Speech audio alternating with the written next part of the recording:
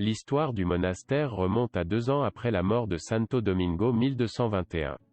Le bienheureux Manès fit construire, dans la maison natale de son frère Domingo, une chapelle.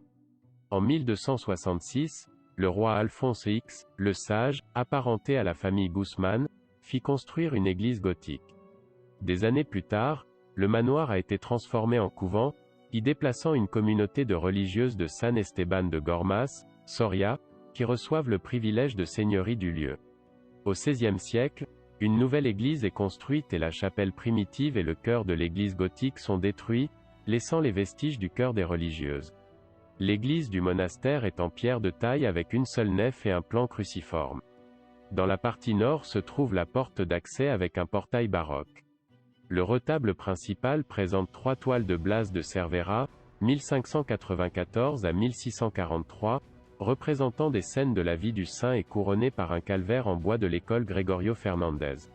Et, à part, dans la sacristie de l'église, il y a un Christ gothique, et de celui-ci descend à la crypte, qui conserve les restes du père Manuel Suarez dans un monument funéraire escorté par 4 moines, en granit et albâtre par Ramon Lapeyet. Cette crypte a été construite au milieu du XXe siècle. Dans celui-ci, le puits se détachait, qui est un puits qui indique l'endroit exact où saint Domingue est né.